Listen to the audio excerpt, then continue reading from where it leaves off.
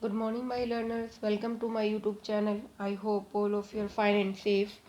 Last video के अंदर हमने केमिकल कैरेक्टरिस्टिक्स स्टार्ट किए थे 17 ग्रुप फैमिली मेंबर्स के, जिसमें हमने हाइड्राइड्स, ऑक्साइड्स और ऑक्जो एसिड्स डिस्कस किए थे। नेक्स्ट इस वीडियो के अंदर अब हम करेंगे क्या, केमिकल कैरेक्टरिस्टिक्स में बेसिक प्रॉपर्टीज ऑफ हैलोजेंस। हम क्या करेंगे, बेसिक प्रॉपर्टीज को क्या करेंगे, डिस्कस करेंगे किसकी, हैलोजेंस की। Basic properties of halogen.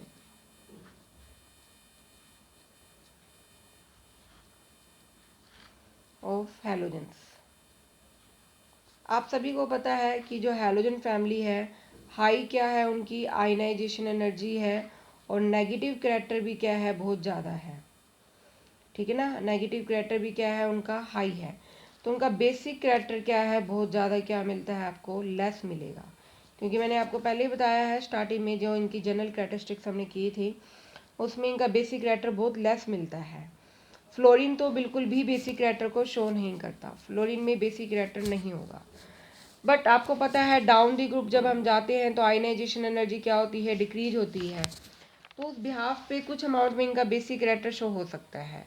जो मेंबर्स हैं कौन कौन शो करते हैं, ब्रोमीन, क्लोरीन और आयोडीन। ये कुछ अमाउंट में, आयोडीन मोर बेसिक है, ये मोर बेसिक है। बेसिक मीन्स कैटाइंस की फॉर्म में मिलते हैं, कैटाइन की फॉर्म में। जनरली हमें पता है ये एनाइन शो करते हैं, but iodine down the group है, सबसे लास्ट मेंबर है, इसलिए आयनाइजेशन एनर्जी क्या है, लेस है, इसलिए मोर बेसिक कैरेक्टर है, इसलिए कैटाइन फॉर्म में शो करते हैं।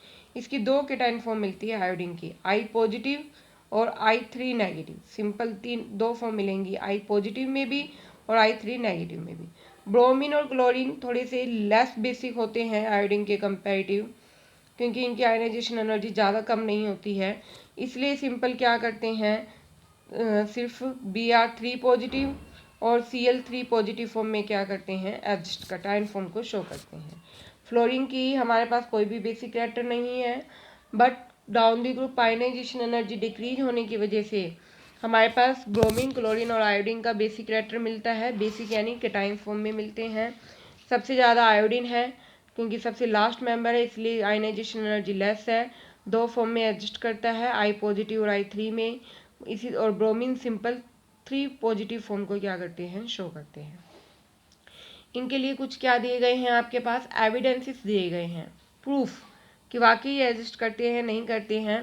तो एविडेंसेस हम बात कर लेते हैं पहले किसके लिए।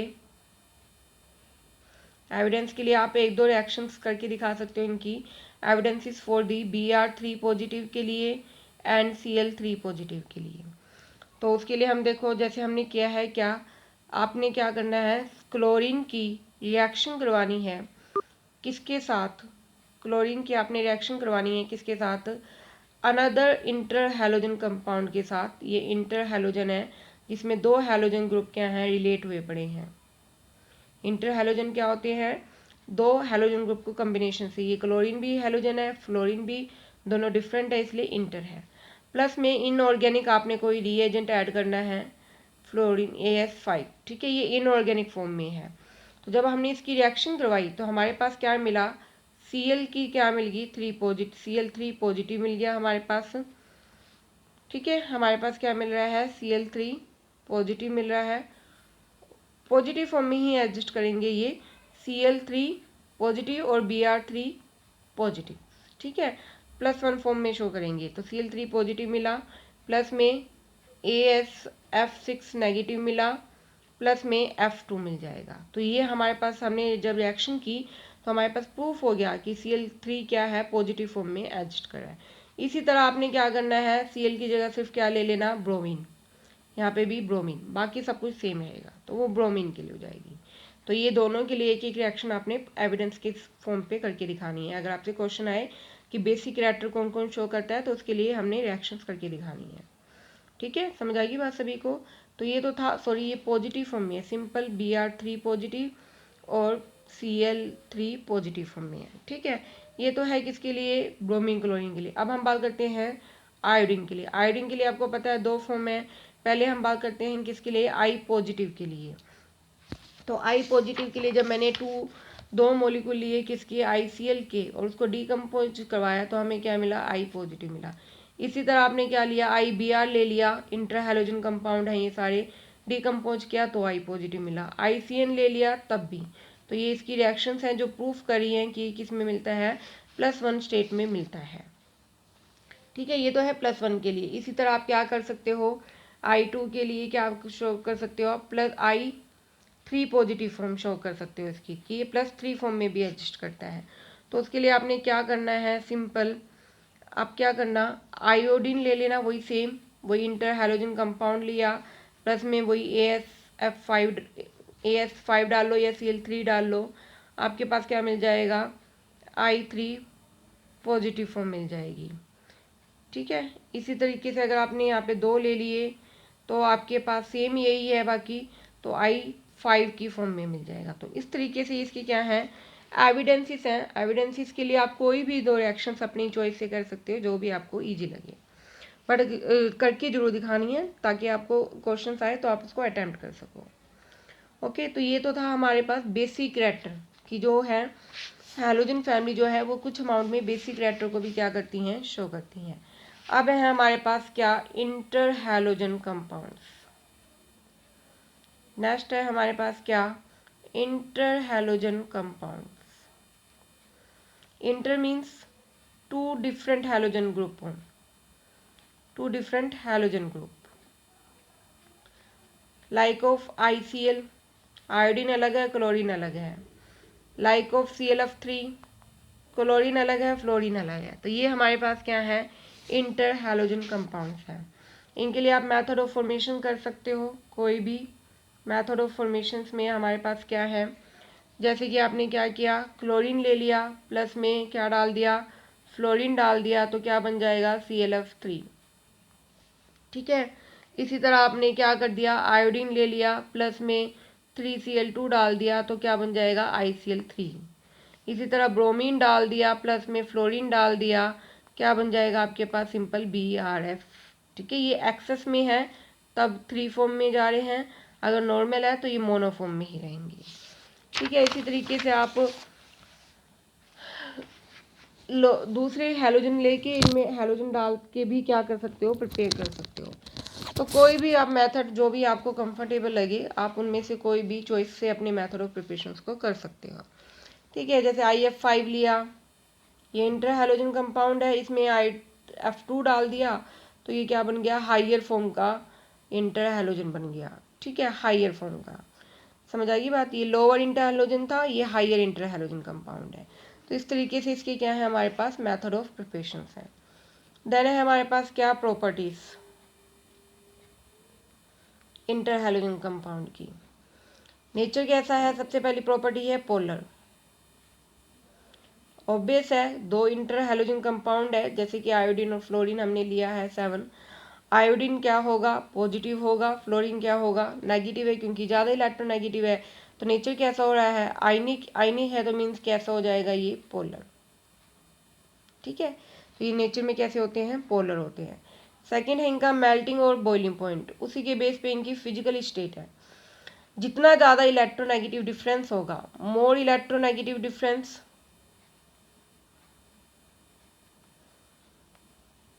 मोर मेल्टिंग एंड बॉइलिंग पॉइंट, और जितना ज़्यादा मेल्टिंग और बॉइलिंग पॉइंट वो उतना ही सॉलिड होगा, जितना कम होगा वो लिक्विड होगा, और जितना कम होगा वो गैसेस फॉर्म में हो जाएगा। फॉर एग्जांपल BRF3, ClF3 और IF7, किसका इलेक्ट्रोनेगेटिव डिफरेंस ज़्यादा है, IF7 का, क्योंकि आयोडीन डाउन दी ग्रुप होने की वजह से ज़्यादा पॉजिटिव है और ये स्टार्टिंग होने की वजह से नेगेटिव है। Cl और F तो पास पास हैं दोनों, इनमें ज़्यादा नेगेटिव डिफरेंस नहीं है, लेस इलेक्ट्रोनेगेटिव डिफरेंस, इनमें मॉडरेट है। ठीक है ना, क्योंकि ब्रोमीन पहले फ्लोरीन आता है, फिर क्लोरीन, फिर ब्रोमीन, तो इनमें मॉडरेट है, इसमें बहुत कम है, और फ्लोरीन और आयोडीन में सबसे ज़्यादा है। तो इनका मेल्टिंग पॉइंट क्या होगा, मोर होगा, मोर MP होगा, क्योंकि बहुत ज़्यादा आयनिक है ये नेचर में, बहुत ज़्यादा आयनिक है। आयनिक है तो ज़्यादा एनर्जी देनी पड़ेगी, एनर्जी ज़्यादा है तो मेल्टिंग और बॉइलिंग पॉइंट भी उतना ही ज़्यादा होगा, और इट मीन्स ये उतने ही नेचर में कैसे होंगे, सॉलिड।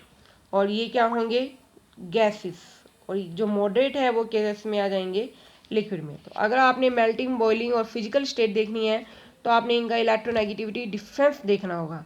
जो जितना ज़्यादा इलेक्ट्रोनेगेटिव डिफरेंस कंटेन करेगा उतना ही उसका नेचर कैसा होगा, हमारे पास आयनिक होता चला जाएगा। अंडरस्टूड, समझ आ गई बात सभी को। देन है इनकी क्या, रिएक्टिविटी। ये नेचर में क्या होते हैं, मोर रिएक्टिव हैं। नेचर में कैसे होते हैं भी, ये हमारे पास मोर क्या होते हैं, हमारे पास रिएक्टिव होते हैं, क्योंकि जो हैलोजेंस के बीच में जो बॉन्ड लग रहा है ना, वो कैसा है, कोवलेंट। और कोवलेंट कैसा हो जाएगा, वीक। और ये भी डिपेंड करता है कि इनकी नेगेटिविटी डिफरेंस कैसा है। ये जैसे सारे जो फैक्टर्स है ना, ये किस पे डिपेंड कर रहे हैं, इलेक्ट्रोनेगेटिविटी डिफरेंस पे क्या कर रहे हैं, डिपेंड कर रहे हैं। जितना ज़्यादा इलेक्ट्रोनेगेटिव डिफरेंस यानी वो आयनिक है, और रिएक्टिविटी क्या हो जाएगी, लेस। जितना कम होगा उसकी रिएक्टिविटी उतनी ही क्या होगी, ज़्यादा। फ्लोरीन और क्लोरीन पास पास है तो नेगेटिविटी डिफरेंस क्या होगा, कम। तो कैसे होंगे, गैसेस फॉर्म में, और जल्दी क्या कर जाएंगे, रिएक्ट कर जाएंगे। तो जितना कम इलेक्ट्रोनेगेटिव डिफरेंस उतनी रिएक्टिविटी ज़्यादा, और जितनी इलेक्ट्रोनेगेटिविटी डिफरेंस ज़्यादा है उतनी ही रिएक्टिविटी क्या होगी, कम। ठीक है, अंडरस्टूड, समझ आइए बात सभी को। इसके अलावा है डाई मैग्नेटिक कैरेक्टर। ओबेस है, डाई मैग्नेटिक है, जैसे कि आप देख सकते हो फ्लोरीन और क्लोरीन। फ्लोरीन में भी एक अनपेयर्ड इलेक्ट्रॉन है, क्लोरीन का भी एक अनपेयर्ड इलेक्ट्रॉन है। दोनों क्या हो जाएंगे, पेयर, और पेयर होते हैं तो क्या हो जाएंगे, डाया मैग्नेटिक।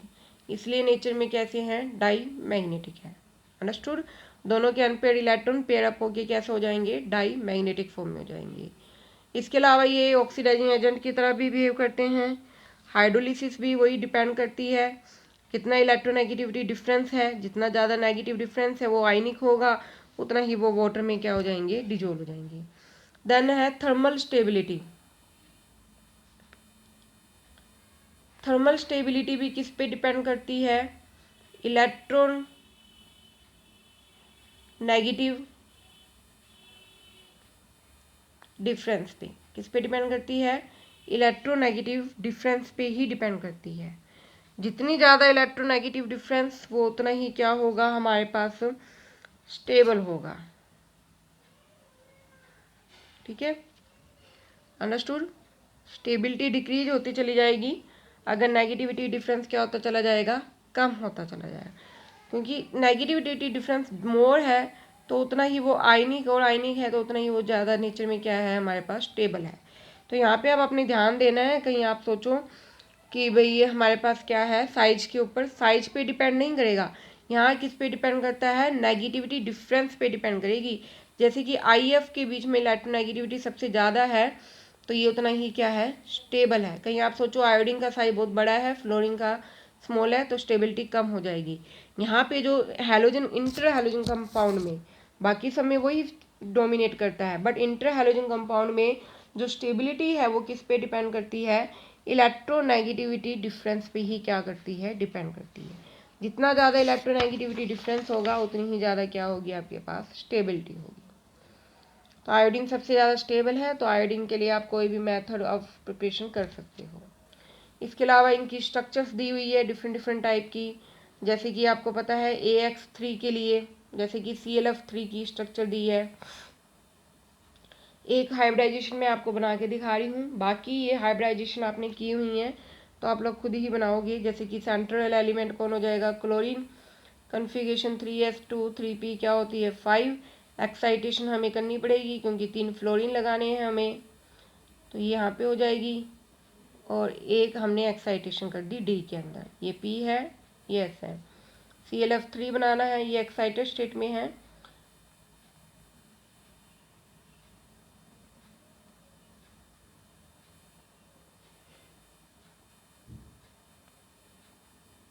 ये D है, तो 2 फ्लोरीन यहाँ आ जाएंगे, एक फ्लोरीन यहाँ, तो sp3D, तो क्या बन जाएगी, ट्राइगोनल पिरामिडल। तो इसकी T शेप की क्या आ जाएगी, हमारे पास स्ट्रक्चर आ जाएगी। इसी तरह आप इसी तरह आप कर सकते हो, IF5 की कर सकते हो, ये आपने खुद करनी है सभी ने। और इसी तरह आप क्या कर सकते हो, IF7 की। ये सब हाइब्रिडाइजेशन के बेस के स्ट्रक्चर्स हैं और ये आप लोगों ने खुद ही क्या करनी है, प्रिपेयर करनी है। ओके, अंडरस्टूड, समझ आई बात सभी को। ये तो है सिंपल फॉर्म में। आयंस की फॉर्म में करना चाहो तो आप आयंस की फॉर्म में भी कर सकते हो। फॉर एग्जाम्पल जैसे आपके पास आयन में है ICl2 नेगेटिव, ठीक है, ICl2 नेगेटिव है तो आयोडीन है हमारे पास सेंट्रल एलिमेंट, 5s2 5p5 होगा, ठीक है। 5s2 आयोडीन क्या होती है, 5s2 5p5, ये हो जाएगी। तो अब 5s2 हो गया हमारे पास, इस तरीके से ये हो जाएगी हमारे पास। 2 क्लोरीन आपने फिल करने हैं, तो 2 क्लोरीन में एक क्लोरीन यहाँ पे आ जाएगा और एक हमने एक आयन के फॉर्म में लिख दिया। एक्साइटेशन आपको करनी पड़ेगी, एक्साइटेशन करोगे तो ये वाला इलेक्ट्रॉन कहाँ शिफ्ट हो जाएगा आपके पास, डी में क्या हो जाएगी हमारे पास, शिफ्टिंग हो जाएगी। तो ये किस में चला जाएगा, डी में। तो एक जो नेगेटिव होगा वो यहाँ से सिग्मा बॉन्ड बनाएगा और दूसरा भी हमारे पास क्या बना लेगा, यहाँ से सिग्मा बॉन्ड प्रिपेयर कर लेगा। हमने कितने फिल करने हैं, ICl2 नेगेटिव है, सॉरी ICl2 क्या है, नेगेटिव है। तो एक Cl का तो बॉन्ड ऑलरेडी कंप्लीट है, एक ही बॉन्ड बनाएगा और वो कौन सा बॉन्ड बना लेगा, सिग्मा बॉन्ड बना लेगा। तो इस तरीके से इसकी जो स्ट्रक्चर है वो ये रहेगी, बाकी सब लोन पे रहेंगे और ऊपर चार्ज आएगा क्या, नेगेटिव। ये आपने ध्यान देना है, ICl2 नेगेटिव है ना, तो एक Cl के ऊपर नेगेटिव है, इसकी वैलेंसी ऑलरेडी क्या है, कंप्लीट है। ये दूसरा Cl है जो, वो ही क्या बनाएगा, एक सिग्मा बॉन्ड बनाएगा। तो इस तरीके से इसकी स्ट्रक्चर कैसी रह जाएगी हमारे पास, लीनियर शेप में आ जाएगी। तो इसकी आयंस की फॉर्म में आपने स्ट्रक्चर करनी है, इसी की बेस पे आप ICl4 कर सकते हो। तो ये सारा था हमारे पास क्या, इंटर हैलोजन कंपाउंड और उनकी क्या है जनरल कैरेक्टरिस्टिक्स हमने स्टडी किए और उनकी स्ट्रक्चर्स किए हैं, नॉर्मल में भी और आयंस की फॉर्म में भी। इतना आप सभी ने प्रिपेयर करना है। अगर किसी को कोई भी डाउट हो, कोई कन्फ्यूजन हो तो आप मेरे से कंसर्न कर सकते हो। Thank you.